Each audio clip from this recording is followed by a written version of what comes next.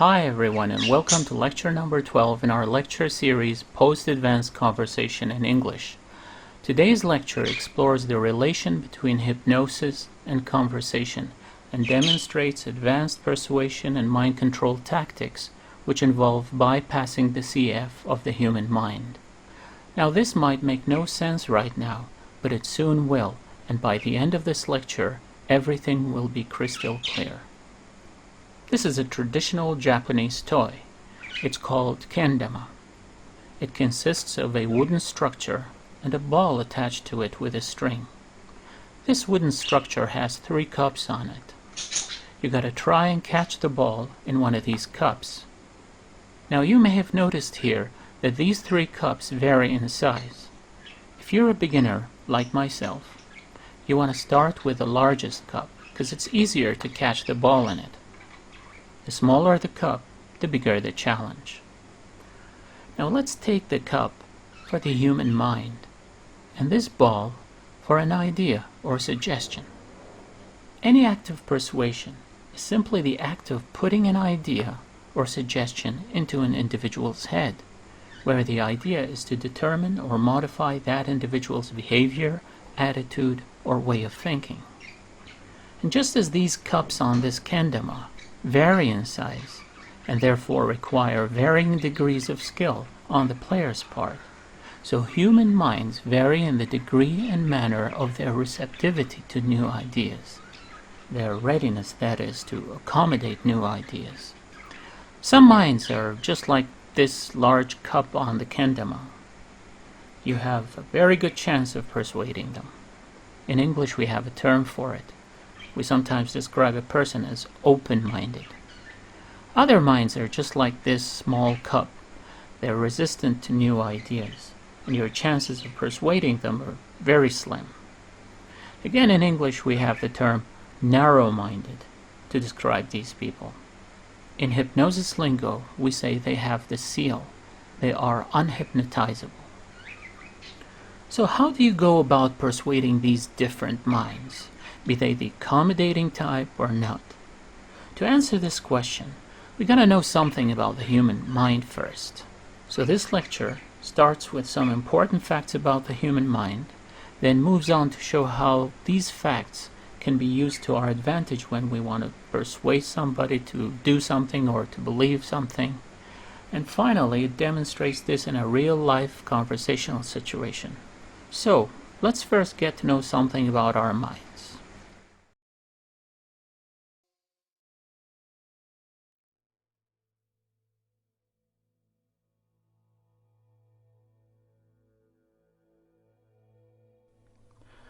The brain is the most sophisticated organ in the human body.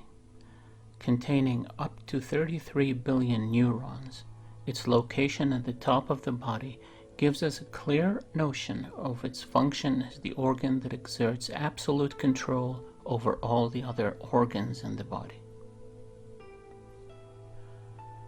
Several structural models of the human mind have been proposed. Sigmund Freud, often regarded as the father of psychoanalysis, metaphorically compared the mind to an iceberg.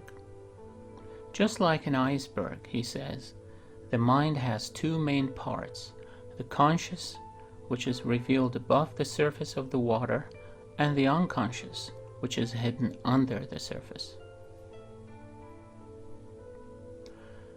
We will follow a more elaborate model in today's lecture, graphically illustrated here as 3 circles. Let's call them our 3 minds. The outermost circle represents our conscious mind. The innermost circle is our unconscious mind, and the circle sandwiched in between is our subconscious mind. The unconscious mind is a built-in system that was already planted in us when we were conceived and born. All our automatic body functions are conducted in our unconscious mind, such as heart beating, eye blinking, respiration, and digestion. These are things that just happen without our conscious decisions. Automatic reflexes take place here. You touch something hot, you pull out your hand immediately and automatically. You're not going to say to yourself, "Oh, this thing is very hot and my hand is burning. I guess I've got to take my hand off this thing." By the time you make up your mind, your hand would be burned down to the bone. Our unconscious mind is not going to be of much use to us in this lecture, since it's a semi-locked system. The conscious mind has 5 parts. The first part of the conscious mind is the analytical part. The analytical part analyzes a problem, for instance, and comes out with an answer to it. Example, you're sitting home reading a book when the lights suddenly go out.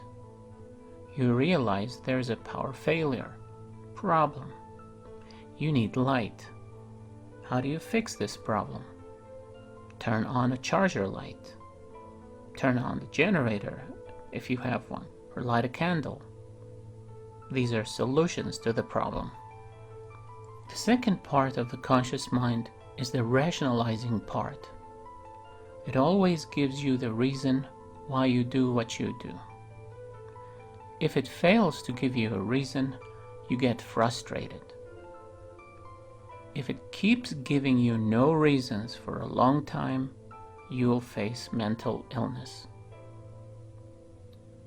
Now, these reasons do not have to be right, but they sound right to you. Example, everybody who smokes has a reason for smoking. They may say, "It calms me down.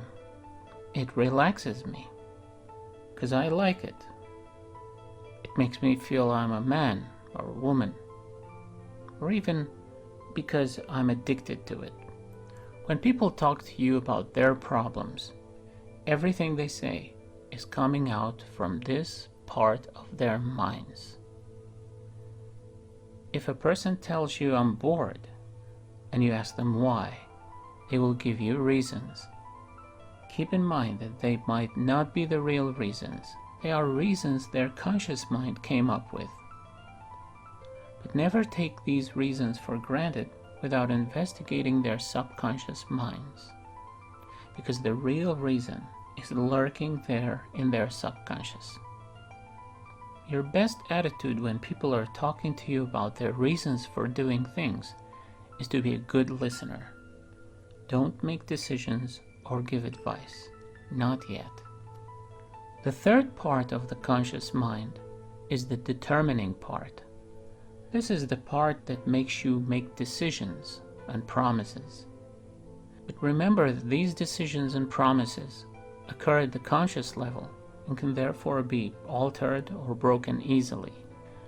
The fourth part of the conscious mind is temporary memory. Here we keep things we need in our everyday life. Names of people, phone numbers, addresses, and so on. If we don't need something anymore, it slips from this temporary memory and goes down into the subconscious. For example, if you change your phone number, you will forget the old one as time passes, because you don't need it anymore. The fifth part of the conscious mind is the CF, short for critical factor. We will examine this part after we are done with the subconscious mind. For now, just remember that it is part of the conscious mind. The subconscious mind is the most important part we need in this lecture. This is who we really are. This is our personality. And it has 5 parts. The first part of the subconscious mind is permanent memory. This part contains things we never forget.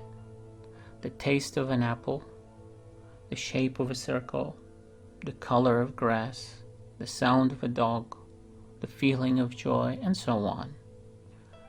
The second part of the subconscious mind contains our habits. These are things we got used to do.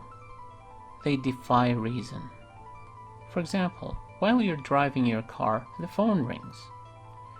You can't help not answering it, or at least not looking to see who's calling. It's a habit. You know driving is more important. You know it's not allowed to use your phone while you're driving. You know you might have an accident, but you can't help it. You can't resist your habits. Habits are automatic responses to everyday life situations. The third part of the subconscious mind is the emotion generator. Our emotions are generated here. The conscious mind feels the emotions but does not generate them. So the subconscious mind creates an emotion and then the conscious mind feels. Example, you pass a test. Your subconscious mind creates the feeling of joy, sends it up to the conscious mind, where the conscious mind feels it and enjoys it. The fourth part of the subconscious mind is the protector. This is the part of the subconscious mind that protects us from danger. This danger might be real or imagined. Whatever the subconscious imagines is considered real to the mind. The last part of the subconscious mind is the comfort generator.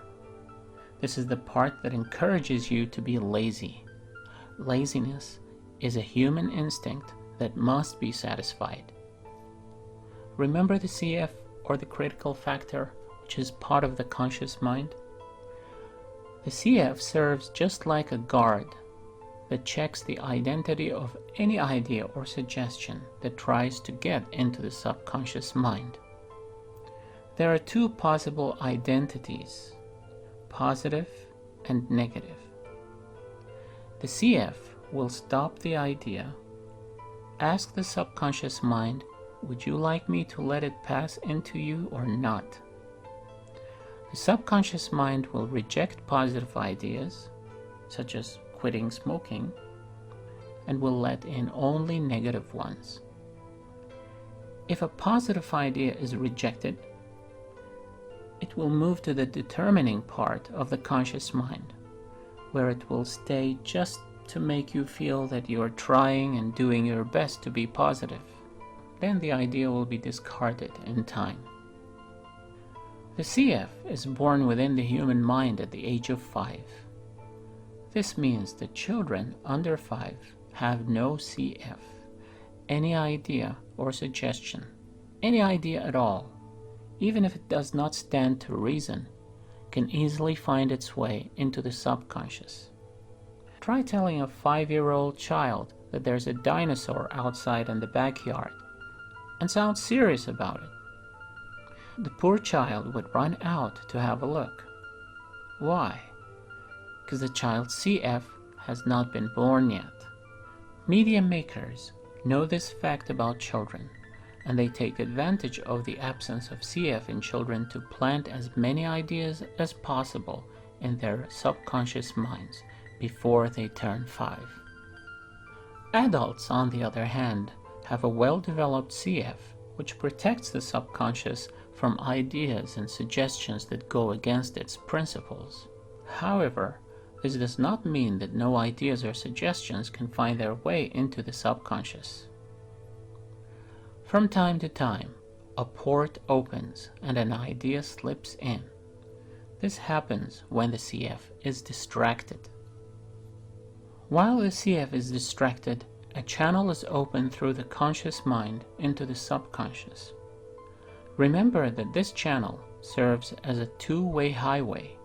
A suggestion can get in or get out. The distraction of the CF takes place even in normal situations in life. It happens when you do something unconsciously. We are bombarded by thousands of hypnotic suggestions from our environment on a daily basis. Some of these are accidental, others are intentional. Examples include misplacing an object, getting off an elevator on the wrong floor, reading, watching television, and playing video games. These are all called in hypnosis altered states of mind, where the CF is busy. Suppose you get back one day from home or school. You unlock and open the door and step into your house. Your cell phone rings. It's a friend of yours. You talk together over the phone. Your CF is busy with what your friend is saying. A loophole opens in your conscious mind. The comfort generator in your subconscious mind generates a suggestion for comfort. The suggestion is, get rid of that load of keys and feel comfortable. Since the channel is open, this idea finds its way out and reaches your conscious mind. The conscious mind responds by dropping the keys, no matter where.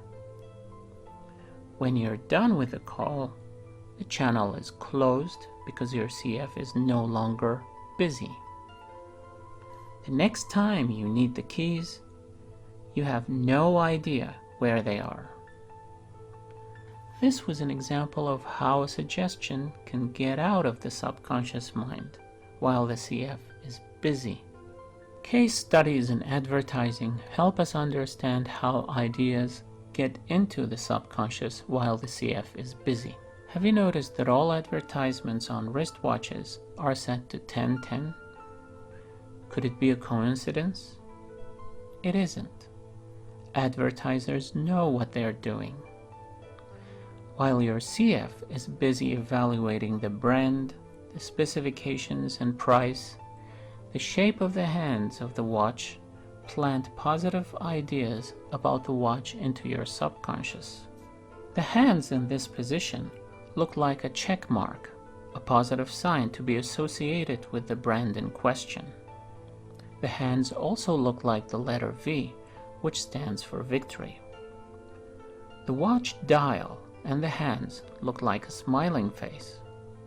Finally, 10-10 will be associated in your subconscious mind with the notion of 10 out of 10.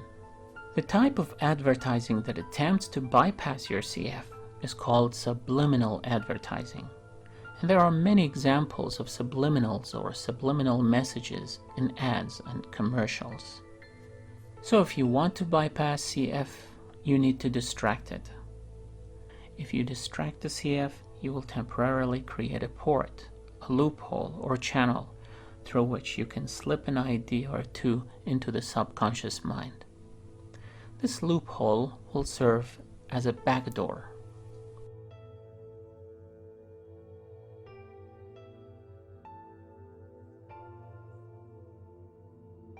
In everyday conversation, you can create verbal distractors to bypass an individual's CF and plant ideas and suggestions in their subconscious mind. This is what real persuasion is about. Unfortunately, many people who engage in the art of persuasion address an individual's conscious mind, which is why 99% of persuasive attempts are doomed. Always bear in mind that you may say something to the conscious mind and it would have no effect, but what you say to the subconscious mind will have a tremendous and permanent effect. So the first step is to distract a person's CF verbally through conversation. And what could distract people more than talking about what they really like? Find out what they want and start talking about it, and let them talk about it. You must elicit from them an emotional response to pave the way for the distraction of their CF. Remember that every time you have an emotional response, you're having an unconscious response. Here are the steps of bypassing the CF and planting a suggestion in the subconscious mind. Step 1. Engage the conscious mind to pave the way for the distraction of the CF. Step 2. Distract the CF. Step 3. Send a message to the subconscious mind. Step 4. Engage the conscious mind further with a question or some interesting news. Here's an extract from a conversation to illustrate how this can be achieved. A and B are hypothetical male conversers. They are friends. A is trying to talk B out of smoking. A knows that B is very much into movies and music. So A gets B to talk about any movie he recently saw and liked very much. When A notices that B's mind is so much engaged with the movie talk, he throws in a verbal distractor, followed by a message to the subconscious mind. Then breaks some news about music. Let's read what A says to B.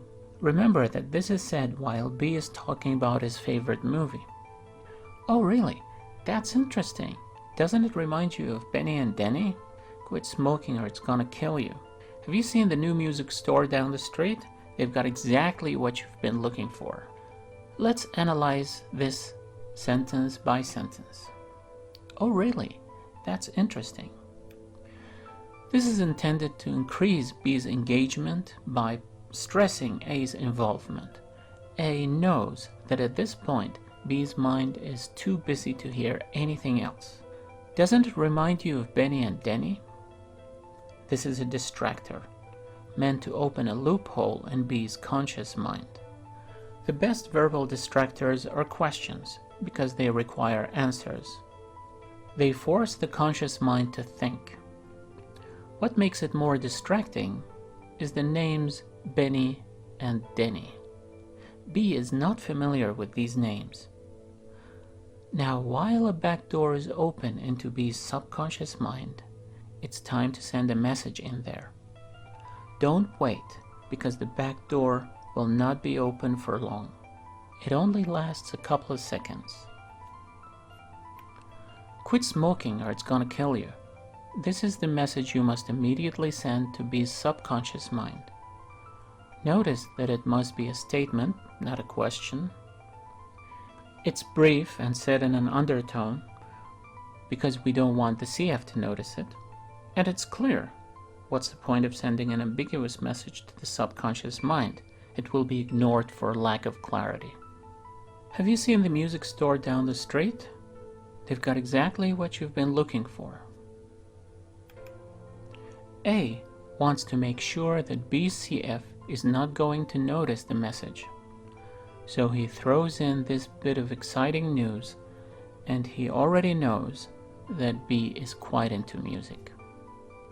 Now these few words can have more effect than an hour spent talking to B about the hazards of smoking. If you spend 1 hour talking about how bad smoking is, you're just wasting your breath because you're addressing the conscious mind. But if you send one sentence in the subconscious mind, it can change the listener's mind for life. A's message to B's subconscious mind might not have been noticed by B. In fact, it shouldn't be noticed at all. The less it is noticed by the conscious mind, the more effective it would be. Don't be surprised that within a couple of weeks, B would tell A, "Man, I just gotta quit smoking. It is killing me," repeating the very same message. At that time, all A has to say is, "Yes, That's right. I would quit if I were you.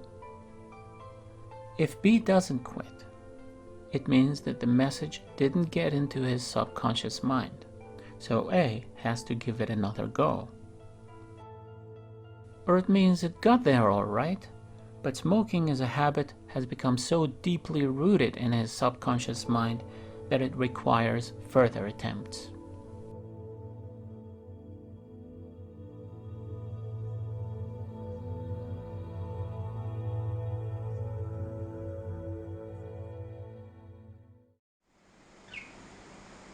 Bypassing the CF in the human mind is a hypnotherapeutic tool that we have grabbed and used in everyday conversation, where it could be used as the ultimate and most powerful technique in persuasion.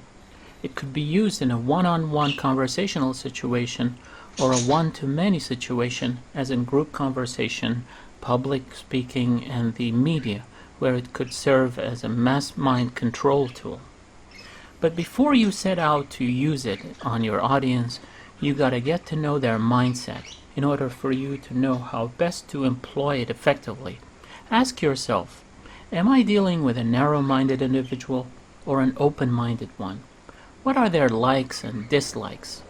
What mood are they currently in? These are factors that determine the way you bypass their CF and how effective your attempt would be. Just like this Ken demo. Before you give it a go, you gotta know which cup you're trying to land the ball in. Thank you very much for watching, and see you in our next lecture. Goodbye.